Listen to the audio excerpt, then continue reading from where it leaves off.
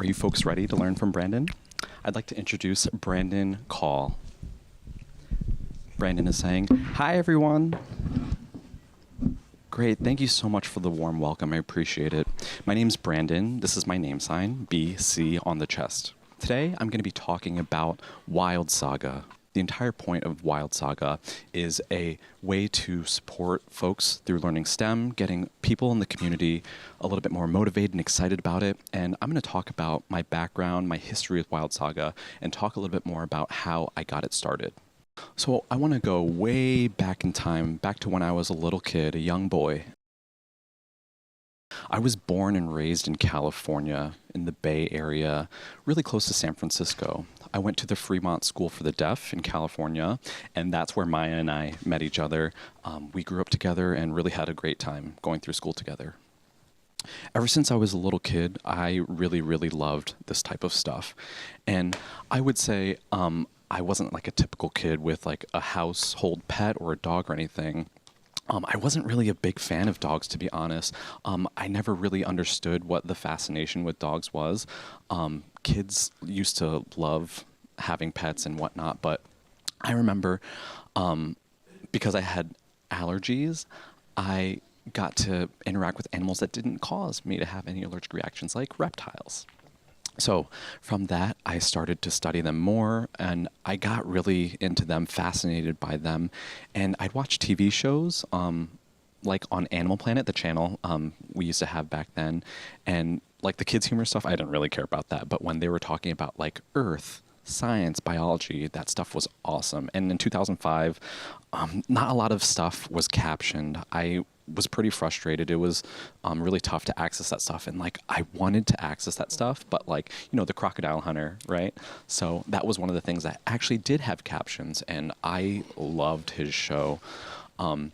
And also, the reason I could understand him and really connected with him was because of how visual he was, how enthusiastic he was about the content. And I was able to catch so much from that.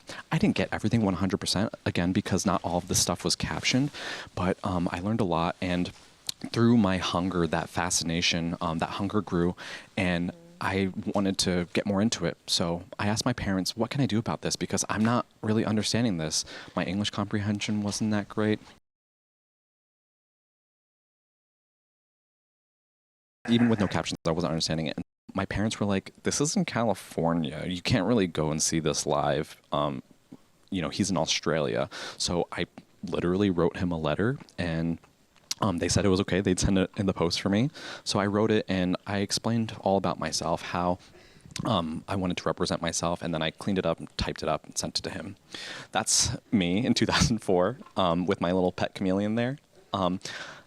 I thought including this picture would help convince him, you know, to respond back to me. And, you know, I really loved his show, and I love nature, but I just wasn't getting access to it. So I asked him, would you mind including an interpreter in your shows? And so I sent that letter, snail mail, right? It took a long time, I think a few weeks before it actually got to Australia, and completely forgot about it, right? And then my parents were like, hey, you got a letter. And I was like, a letter? From whom? You know, I'm a little kid, who's sending me mail? And so they got the envelope out, and it was a humongous like manila envelope. And so I'm looking at it, and I saw that it was from an Australian zoo. I was bugging out. I was like, wait, the Australian zoo? Does that mean the crocodile hunter actually responded to me? And so I tore open the envelope, and I had a few pages in there. And one of the things that were in there was this button. It says Crocs Rule. And so there was also a letter in there, like I had mentioned. And as I was reading it, it turns out when my letter arrived, you know Steve Irwin, right? One of his staff workers was reading it, and they were really touched by what I had written. And so they contacted Steve directly and said, hey, make sure we add captions to stuff. And so they were like, yeah, go for it, do it. And they said that they were going to start doing it on their TV channel. And so I turned on Animal Planet and was completely blown out of the water. I saw captions, and I was like, I did that? And so that was extremely empowering to see that me writing a letter actually made some sort of impact in the world. And then from there, I fell into the animal world, and I just fell in love with it and decided that I was going to be learning a ton about it. So fast forward to 2024, that's me. That's not the same chameleon on my head. It's a different one. They have a pretty short lifespan, unfortunately. And so, sorry, back to my journey. In school, I did that, and I started writing letters back and forth, and then eventually got involved into the Crocodile Hunter Project, which, I got to work together with my classmates and send letters of gratitude to Steve Irwin and said, hey, would you mind coming to visit us? We would have to learn Australian Sign, unfortunately, but, I literally was starting to pick up some of those signs. Like, I was doing the research to try and pick up Australian Sign Language so I could interact with those interpreters. And then, I was like, oh, he's super world famous. There's no way he's going to come. But unfortunately, 2 years later, he passed away. That was probably one of the worst days of my life as a kid. It was extremely depressing, devastating. And I still remember where I was that day. But again, because of him, he was the reason why I got into science. And that passion has never stopped since. So once I graduated high school, I tried to figure out whether I was going to come to RIT or go to Gallaudet, and I was really excited about going to college, but I was in a zoology class and I saw that they had something like that at Gallaudet, so I decided to go there. Once there, I went through my program and I started to have a little bit of a realization. We had lots of deaf signers and scientists, but in the animal world, I feel like zoologists were really lacking in terms of having other deaf folks or role models like me. So it made me think a lot about my future career path. And I was at some sort of event, just having a good time with some of my friends. And over time, I found myself giving people animal facts at these events, these parties, and then people were asking me to do presentations on them. And so even at like parties, it was funny. I would have like a whole audience and I'd be like, oh shoot, like, I really have to think about this and, what sort of things I can do with this. So like I was talking about the zoology class, I enrolled in it, and I thought it was really cool, right? So I was learning about different animals. We would have to get them and actually do an analysis of them, write reports, etc., weekly. And so I was always excited about that class, and turning the lights on, and there was a girl behind me who slipped and fell. And there was like a black worm type thing on the floor and no one knew what it was. And so like we were like, what did the teacher order? Did they order this specimen for us? And it turned out to be a leech just like crawling on the floor. And the teacher was like, huh, they can move on land? I had no idea they could do that. And it was funny. So as we turned on the lights, we saw leeches covering the walls, the lab benches, the floor. It was disgusting, but it was so funny. The teacher was like, there's probably like 100 of them in here. I think I ordered 100 and they seem to be all over the place. So we were trying to catch them and put them in jars and cap them. It was a wild experiment, but little things like this, little mishaps, I feel like lend themselves to learning experiences and all these things that I've made connections with in my mind and good memories that I have. But all these experiences have led up to me having a passion in nature and wildlife, in animal science, and I really love it to this day. And so as I was going through schooling, I started to do a lot of internships, and I was learning a lot, right? By shadowing people and exchanging experiences with other folks, whether they were hearing or deaf. I was learning from teachers, other participants in internships. And at one point, I was in Minnesota to study zooplankton or zooplankton. They're really tiny species that we have to use microscopes to quantify and count numbers of shapes and whatnot. And so we literally go out on boats and collect them on the rivers, the lakes, etc. So this was a really similar experience to when I was doing an internship in DC, where we would have to literally like go out in giant rivers, like muddy swamps and stuff, and we'd have to wear all this gear and we would be covered in like welts and mud, etc.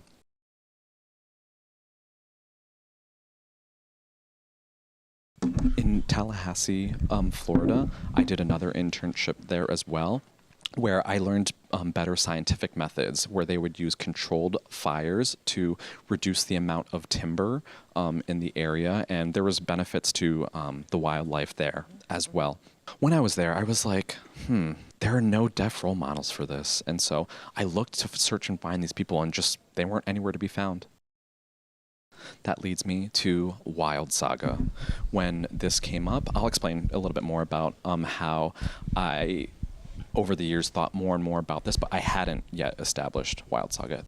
So graduation from college, and I had completed my 3 internships. I went back home. To California. And that Bay Area, that was very competitive to find jobs.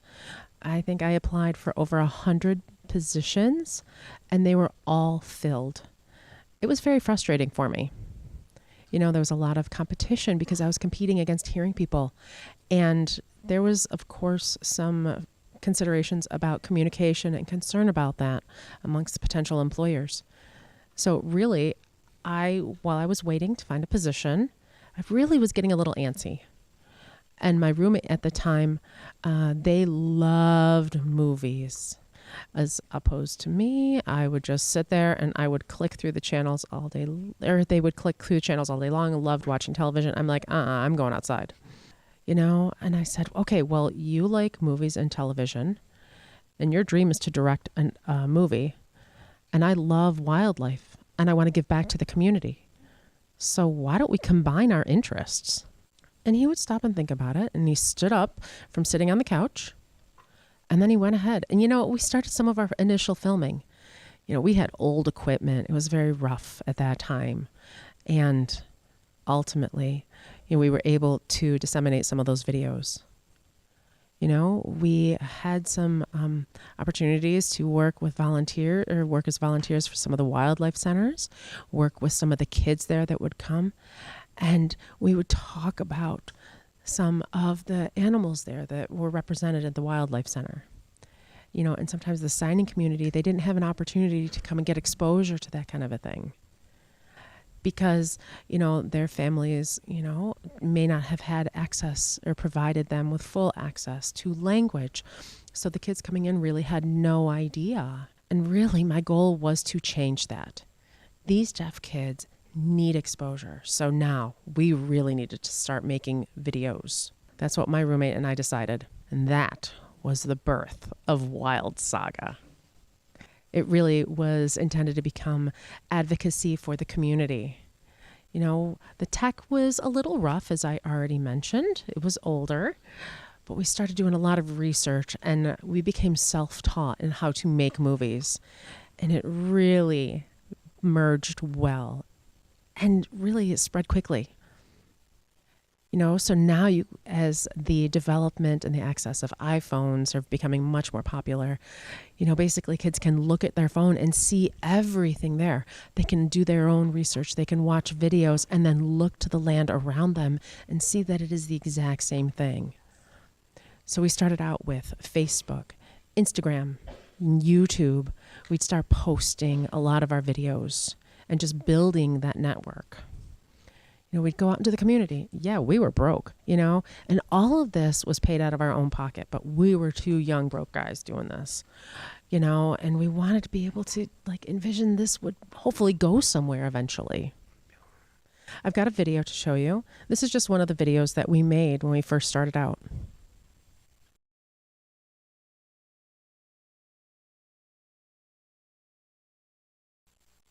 Wasn't that amazing? I mean, first and foremost, we can talk underwater, which is fantastic. I would encourage everyone, don't be shy about interacting with animals. This proves that you can, as long as you're being wise. The animals are there. It's so important. And this gives us the opportunity to really understand and respect them and value them and treasure them. This is just one example of the many videos that we have made that are still available on YouTube.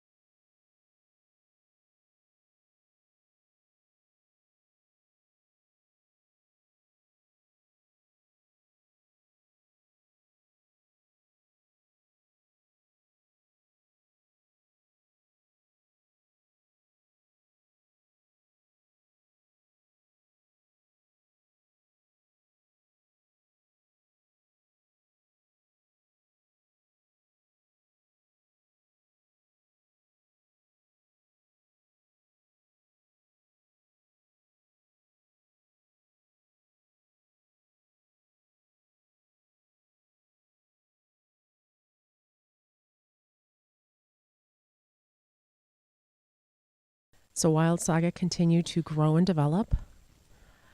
And one of the jobs that I had previously applied to reached out and said that we want you. And they asked me for an internship, and I said, you know what, why not? Make it 4, So I ended up going to Ecuador. We were in the cloud forest. It was amazing. At that time, I didn't know a lot about South America. I do realize that there was incredible wildlife there, but my goal was to become immersed and learn, and I was very much excited about it. Remember me telling you that I had faced a lot of frustrations about finding opportunities to work, and so this one, I jumped at the chance. One last internship. But, I grew up in a family of all deaf members. I went to a school for the deaf. My entire community thus far had been with the deaf community. So how do I navigate the hearing world? Well, you know what? I said, I'm just going to figure it out. I went out. We are peers. We're doing the same thing. And let me just see how it goes. I am going to break barriers. How am I going to break barriers if I don't try? So if I go to a country with an additional language barrier, does that mean they're not going to accept me? I don't think that's the case, because they will see how much I love animals and wildlife. And it was a fascinating experience. The country of Ecuador has 3 main regions. The center section, the midsection, with the Andes Mountains.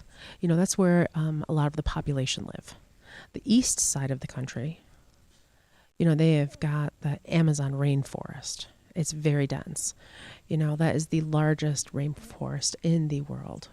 And then it's about 70-80%. And on the western side of Ecuador, nobody's really heard of it. It's kind of, on the west side, it's the forgotten side. There's rainforest, and then there's the Shoho clouds forest. And quite frankly, I hadn't heard about that before. And that's only 2% of forest. The forest has survived and has been preserved in that part of the country. The rest has been decimated. So many of us are looking for different ways to figure out how to preserve the forest and the animal life that lives there. So prior to my experience there, my other internships that I've worked, folks are like, okay, great, you're deaf. It's not a big deal. But coming in here, I decided to tell them that I was deaf. No, not right away. They asked me, okay, is there anything I should know about you? And I said, well, I don't hear very well. And I left it at that. I mean, it's not a lie. I just said, I don't hear very well. And I got on a plane and I landed and I'm like, hey, I'm ready to work. And people were talking and, I missed it. I did not see that. I just said, I'm ready to work. And I said, well, basically, you can't send me home now. I am here. I brought everything. I brought paper. We can gesture. We can figure this out. And I'm like, don't worry. I don't bite. Let's go. Let's do this. So we did. And we traversed out to an incredibly remote spot. There was a bus that we took windy back roads. And I saw this rainforest. And unfortunately, it had been decimated. And so for agricultural purposes, raising cattle, and that's part of the reason that we wanted to work towards preserving it. So, that was a little rough to see. But going through this environment, just driving through these roads, I got to see a rainforest. But some of the clouds and the formations above the trees, the clouds would just stream across the trees. And I didn't really realize that we were actually going to be living at the cloud level. It was so lush and green, but the area was very small. When we got there, we got off the bus.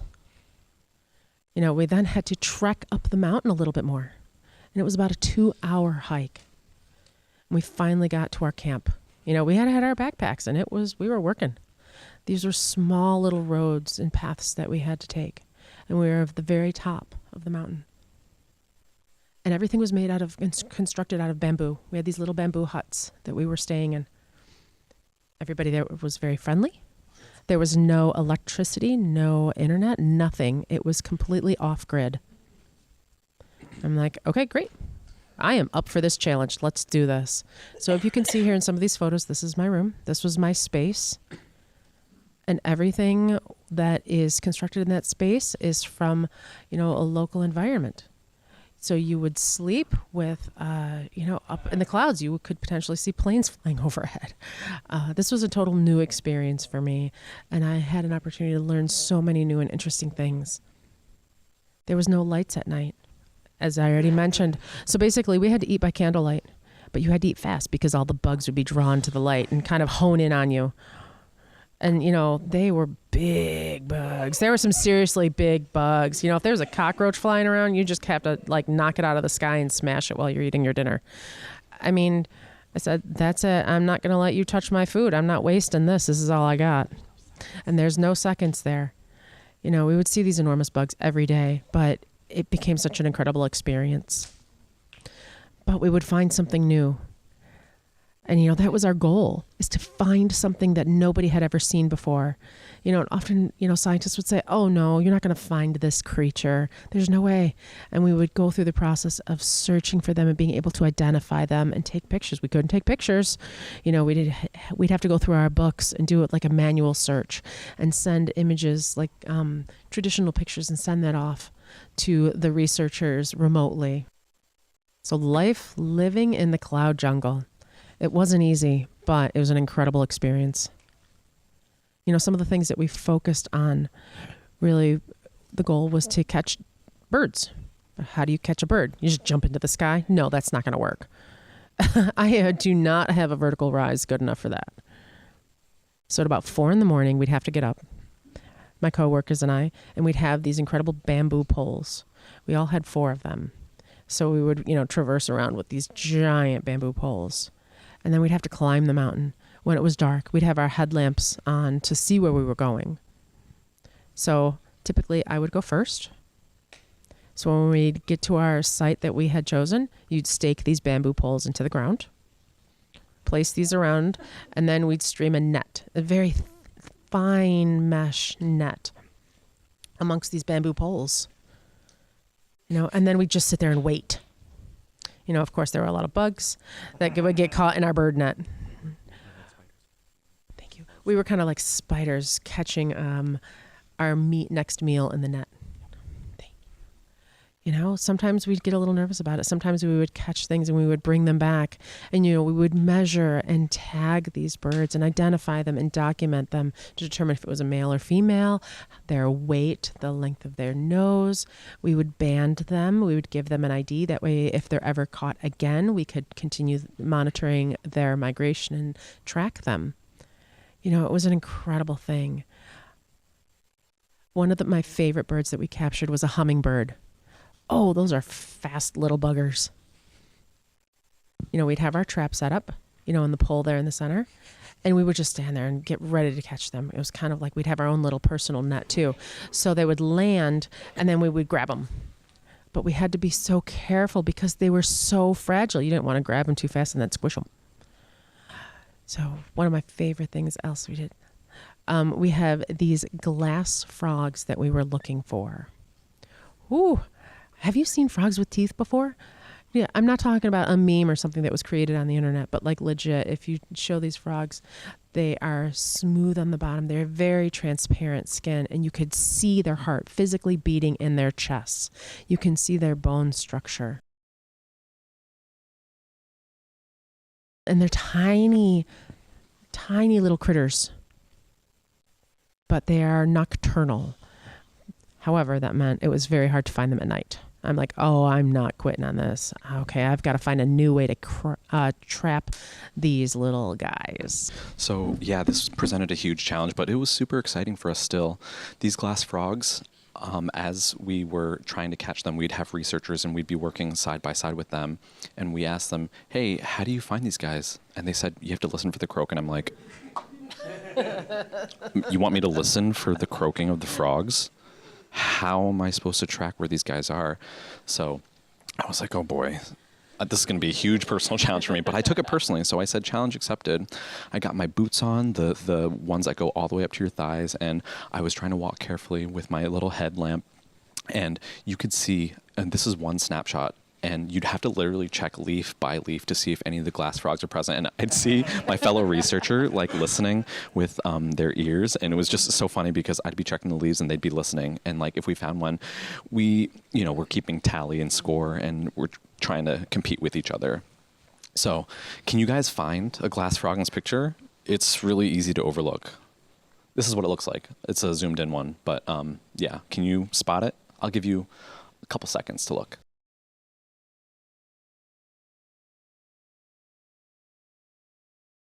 You don't see it? No one sees it? I'm telling you, it's not easy. This was literally my job. I'll show you.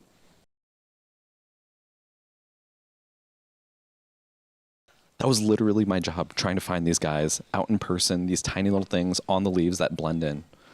Literally within that little circle, they're tiny, and they're extremely transparent. And so like I'm looking at really late at night and I'm like, is that a frog? And it was so cool when you would actually see it, because you could see these little spines where in their neck or their torso, and it was super weird because you could see the blood flowing and their lungs moving. Yeah, there's a few gross things on this, but I'm, as a biologist, am used to these gross things. So there were tons of challenges that I experienced on this internship, but I'll walk you through a few of those. In our research camp, we had a place that was adjacent to where we were working out of, and they had these things called howler monkeys, and they're really loud. You can hear them from extremely far away, and they start screaming at like 4 in the morning. So I was the only one who was getting a full night of sleep during that internship. I'd wake up fully rested, and people would be like drinking coffee, looking really pissed at me, and I'd be like, "What's wrong?" I'm like, "Hey, the deaf guy." So that's one thing I had going for me there. But yeah, as I was explaining before, I was always the person in front when we were going out to catch the birds. And that's because as we were walking through the trails, there were tons of like animals on the side. So like toxic things, right? Feral hogs. There were also a bunch of fer-de-lances out there. And we'd be out in really remote areas, the middle of nowhere. And so there's this one fer-de-lance here. It completely blends in with its background, but I could see those things. Hearing folks, they could look out for those types of things, but then they'd freak out and jump and stuff. And there were a lot of near misses with them, but I could spot them from far away using my deaf eyes, right? I'm really sensitive to things like movement. I could see the outlines of this stuff, so I could point them out real easily. So that's why they had me in the front of all of our little expeditions, and I could use like a little shovel and just like flick them off the trail by picking them up, and I'd send them flying, just making sure I'm keeping everyone safe. And it's just because of my visual prowess that I was able to lead the pack. And on these trips, we'd find all sorts of things, from like boa constrictors to birds, tropical exotic birds. And sometimes we'd even see like really weird bugs that apparently were buzzing really loud. The list goes on, the different types of exotic species that we would encounter. And so one day, my boss assigned me to stay in the research camp all day long, and that's because the teams who were focusing on like plants, I was an animal guy. They sent them out to the city to make sure that they were doing ethical farming in the areas that we were trying to preserve. And so we had one issue with poachers who would literally come into these areas and kill the animals. And so as we were trying to preserve and make sure that these populations didn't go into steep decline, we were making sure that we were keeping track of all these things. So we always needed to have someone in camp to watch out for poachers. And so the guy that I was working with, or the fellow person I was working with, they said they heard like stomping, like heavy steps. I couldn't hear it obviously, but they said that they thought it was like super heavy steps coming. And so we thought that it was people with like guns, poachers coming. And so I was saying to him, I was like, "Well, you ready to fight?" And I said, "We'll use our shovels. We'll defend the land. We'll make sure that they're not poaching any of these endangered animals." And I'm a big target, right? The people in that area are typically like 5 feet, and they've been climbing all day to get there. I was like, I haven't been here overnight, got a full night of sleep. I got my shovel in my backpack. I'm ready to take these people on. I got my boots, right?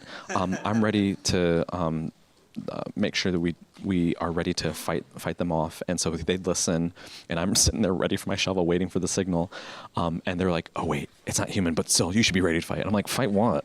And so we were talking about it, and we saw that there was a giant hog, and I had like my shovel ready, and I'm like, they, in the rainforest, in the cloud forest, having these hogs, right?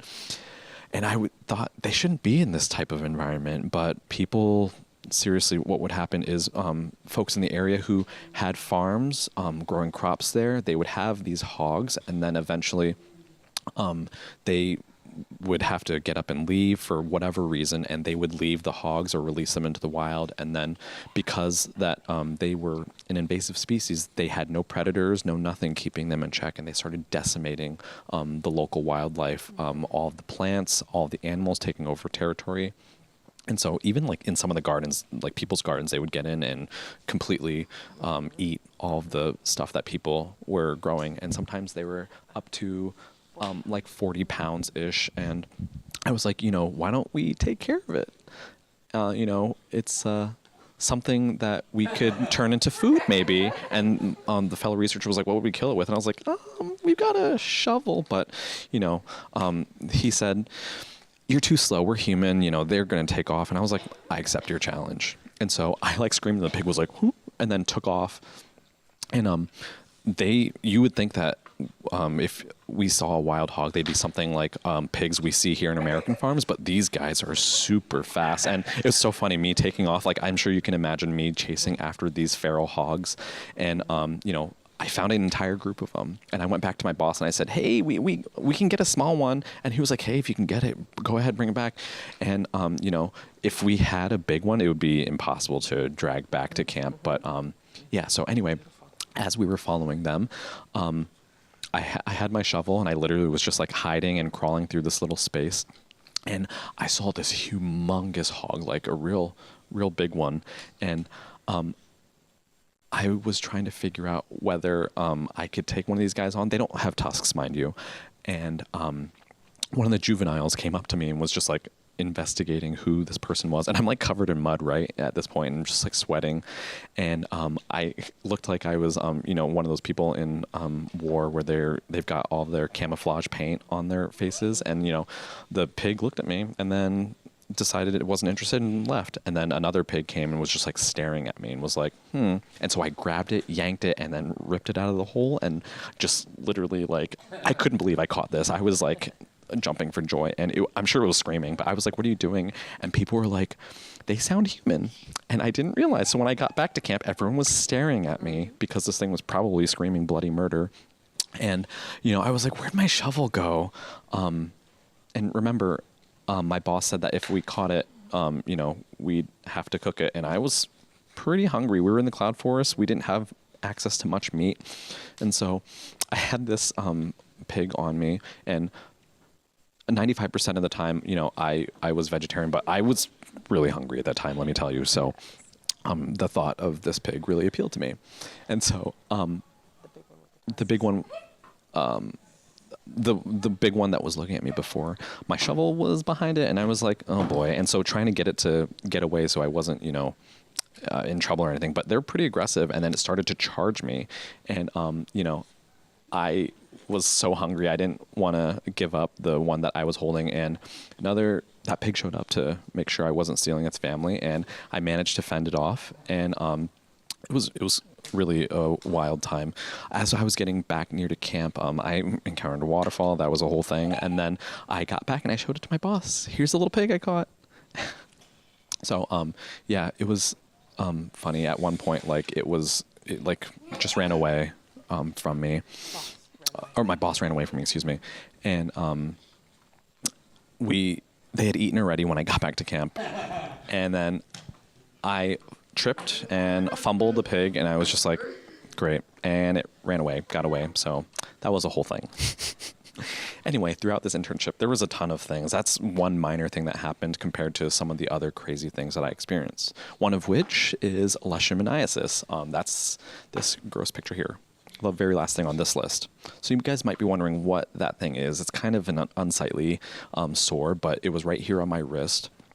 And the way I got it, I was out there. Obviously, I'm deaf, and so they were explaining all the rules about the dangers of being in the cloud forest, and I was missing everything, right? Because no one was signing. I didn't have access there, and there are insects that you have to make sure you are avoiding by using bug spray. And I didn't really think much about it. And people were like, "Oh, you need to use your bug spray," and I'm like, "Why? There's no point."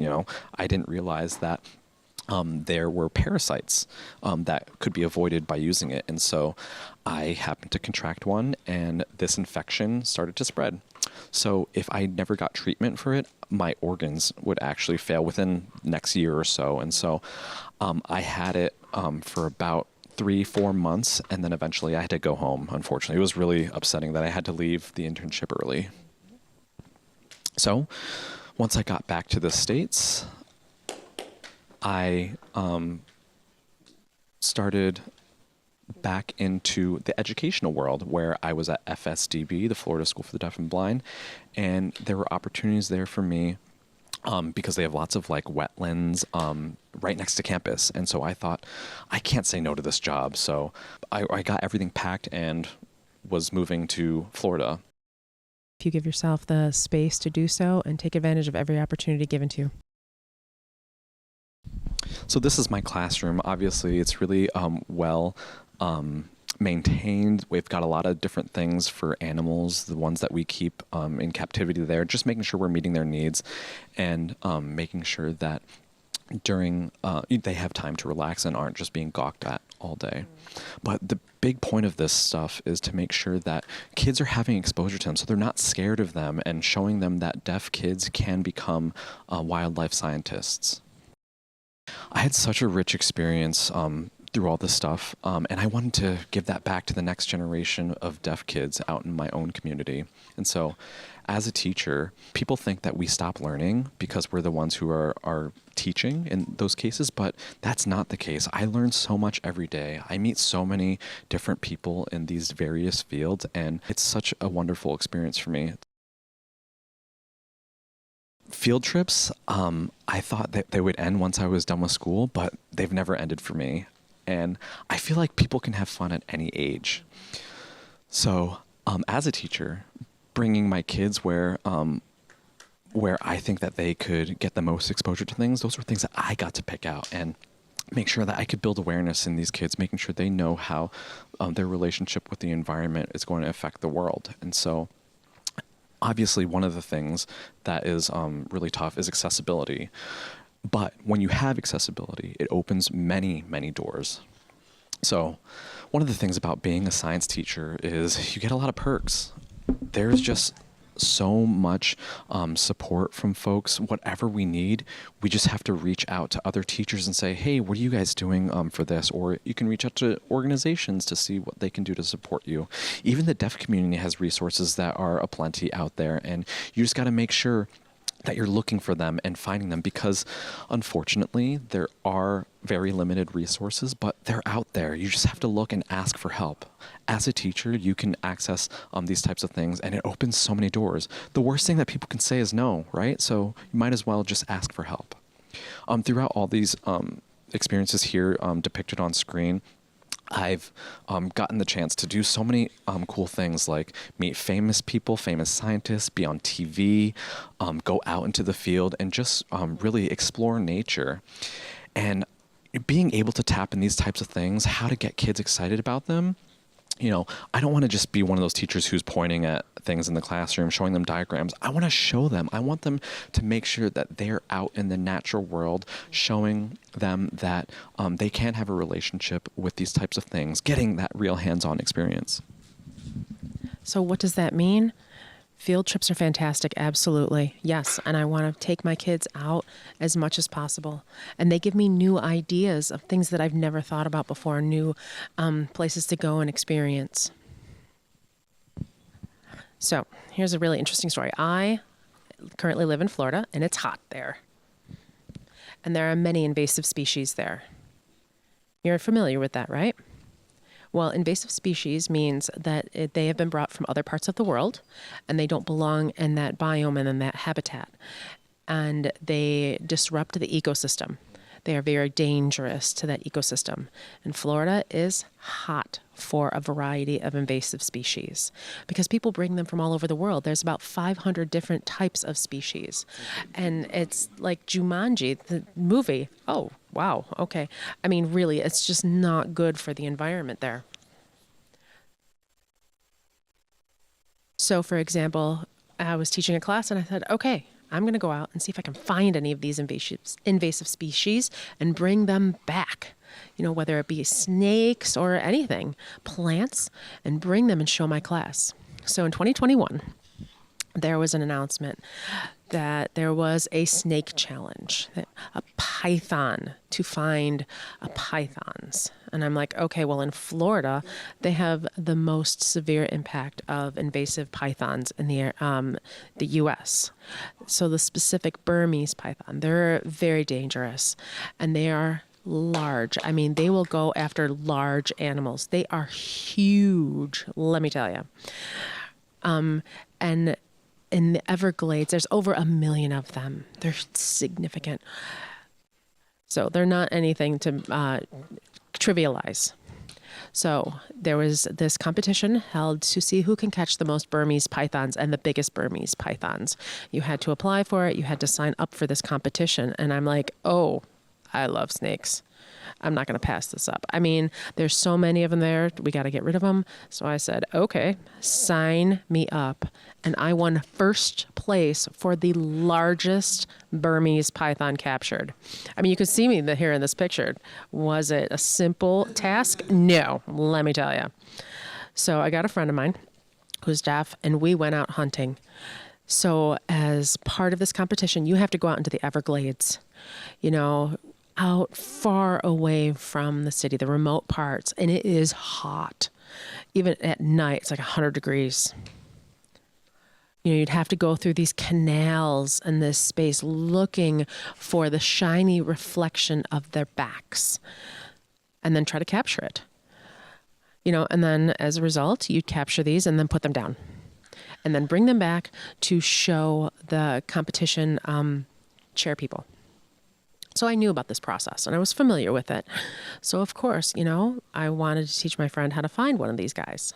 So we waited for sundown. On some of these back roads, I'm like, okay, I see that a tree has fallen over across our path. I'm like, well, where did that come from? And my friend froze. And he said, that's no tree. And I'm like, I knew what it was. And I'm like, I did not want to accept that and trust that. I'm like, no, that can't be. It was about this big around. I'm like, so turn the lights on slowly. And the lights would just reflect off its back. And there, my friend's eyes got real big. And this is the biggest one I have seen in my life. You couldn't just stand there and smash its head. There was no way at all. And I'm like, oh no, I was wearing flip-flops. Come on. I mean, typically I've caught snakes in the water. I'm around alligators and stuff like that, but, not on land. So sometimes they'll move onto land as necessary. So we were arguing back and forth, and I'm like, what's going on? What's going on? I'm like, hold on a minute. I tried to go ahead and grab it. I got near the head, but it was big. And I had experience catching snakes. I get that. So typically I would grab the tail and just pull them out. So of course, their self-defense mechanism is to rear back, and I played with snakes growing up, little ones, gators, no big deal. I just grab them by the tail and pull them around. They'd come up and they'd be small and they'd kind of, act all threatening to me, and they'd have all their little fangs with sharp as hooks. They were just, small, and they'd kind of bob and weave. So it would be one of those things that you can't catch them, and you don't want to get bitten because that's not fun either. So I'd kind of try to grab this guy and he'd come at me and he was towering over me, and I'm like, oh, that was a big snake.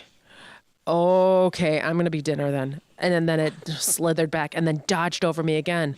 I'm like, I am not exaggerating. And it was a bob and weave fest. So that there were like, typically there are 2 or 3 people that would fight that snake of that size. And my friend's frozen in the truck. He is not helping me at all. And I'm like, come on, I'm trying to wave him down. Come on and help me out. I'm trying to run away from this. This keeps going on. And those of you in the back of the classroom, the impact of this was profound. This just kept going on and on. And we did like 4 laps around the truck. I was trying to get my friend's help. Come on. I'm like, come on, help me out. We're going back around. And he finally came out and he said, to get the tongs. He's like, tongs? What are you talking about? Like this? They were long-handled, pinched end tongs. They were ideal for snakes. Maybe it would give me some more reach. That way I can get a hold of him without him getting a hand on me. So he handed him off to me. And so my goal was to get him in, get it right below his head. And he was strong. So I grabbed him and then he turned around and started to bite me and I got him right around the neck. One arm was enough, but I had 2 hands on this guy. Typically, because one arm, one-handed grip is enough. But, if Burmese python has 2,000 muscles in their whole body. They have got an incredible jaw grip strength. And to, tether them down was really tough. What was really smart. So my goal was to try to handcuff him as he started to coil. And he grabbed him around my knees and then started to move up around my body. And I'm like, oh man. So he crawls up and starts to handcuff me and kind of have me balled up like that. I did not want to see him choking me out like that. I'm like, oh, no, I'm choking you out. You're not choking me. So I'm like, what am I going to do? What am I going to do? So try to get some more technology from the... So it was kind of like some equipment that we had in the truck. We got a knife, some other sources of, defense technology that we had in the truck. And we're going to use this thing. And I'm like, my friend was going to do next. And I'm pinched there and I'm trying to tell him what to do. And he's getting this stuff out of the truck with me. I'm like, go use this. I'm like, no, don't shoot me. It might've been an airsoft gun. And I'm like, we're going to be putting him down. The goal is to get him right at the top of the head and between the eyes. So we thought, okay, this is going to work. This is going to be great. If I hold him down, you can shoot the airsoft pellets into his skull. But the skin was so thick, and the goal was to take him back to, if we were able to put him down, bring him back. Some people would even eat the meat, as some people eat snake meat. So I've got him. And my friend is unloading this airsoft gun into his head. And guess what? It only made him mad and started to constrict on me tighter. And by, repeatedly 3 and 4 times, I'm like, oh my gosh, this has never happened before. Normally, just 1 round of airsoft pellets goes into their skull and they're done. And I'm able to release the constriction on their bodies from me, and it works fine. And they eventually slowly die out. And, they'll experience some muscle spasms, and that's normal. Of course, I feel bad, but what's got to happen. And this guy was tough. So we were able to finally put him down, and we measured him out after we were able to kill him. We're at like 12, 13, 14, 15 feet. What? He was almost 16 feet long. I mean, when I say he's big, he was big. So what we had to do was put him in a bag. You think that thing could fit in a bag? No. So I looked at its dead carcass. So I put him in the back of the truck, just kept, coiling him around, balling him up and putting him in the back of the truck. And my friend is like, are you sure he's dead? And I'm like, yeah, it's fine. It's fine. No problem. I mean, you shot him a couple of times, like what, 4 or 5 times? Do you want to go, nail him again a couple of times just to make sure? Okay, fine. So we closed up the truck. And, we're trying to calm down a little bit because talk about adrenaline. What a rush. And we decided, we're going to keep looking for some more. Why not? About an hour later, we were exhausted. So we decided to just, pull off to the side of the road and rest a little bit. We called a friend of ours who is an experienced hunter, told them the story. And, remember, we were in the middle of nowhere. The sky was beautiful. The stars were out, and it was in the middle of the night.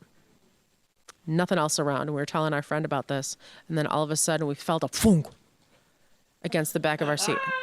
Excuse me, what was that? And my friend was out cold at that point in time. He had fallen asleep. And it was dark out there, so, it's not going to be a person or anything. And then a second thunk against the back of our seat. I'm like, okay, wait. I was talking to my friend on FaceTime. And then a third thunk. And I look through the dark the back window of the truck, and I see this face, this jaw opened up and heading towards me through the glass. And I'm like, oh, he wasn't dead. He wasn't dead. So, he woke up.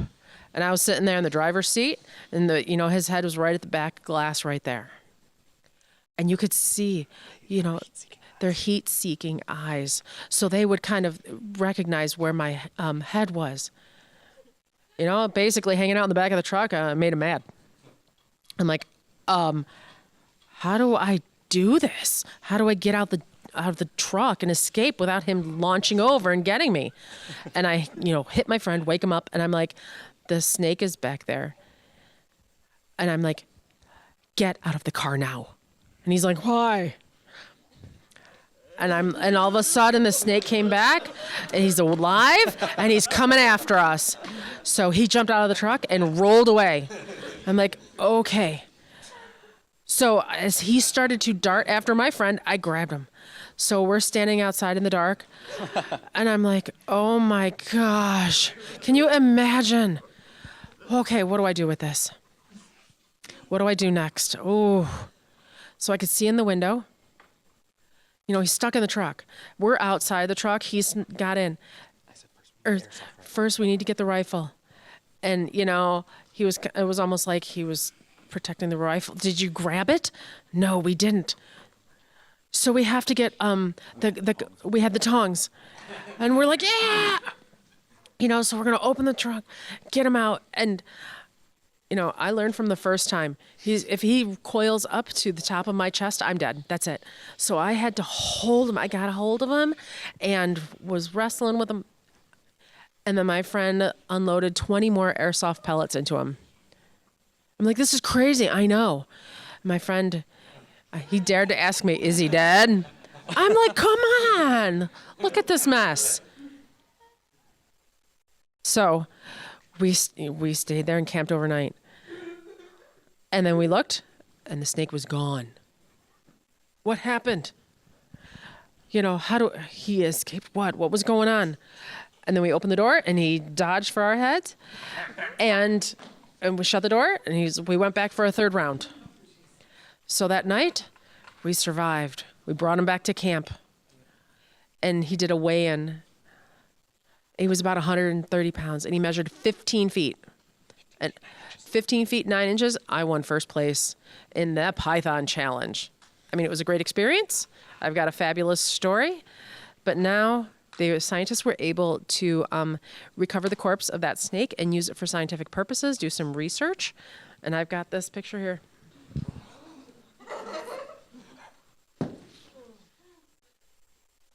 So this one is only 13 feet. So this is much smaller than the one I was just talking about, but something to show the class, right? And, the kids really love this type of stuff, especially when we get to show them these types of things. Back to Wild Saga, yeah. So after all of these experiences, I was able to actually get some sponsorship. We now have a website currently in development, which is super exciting. So if you guys want to learn more about, how to talk about these things in sign language, if you want to get better at anything to do with wildlife biology, you should check these out. Thank you so much for coming to listen to my lecture series. Appreciate it. Thank you so much.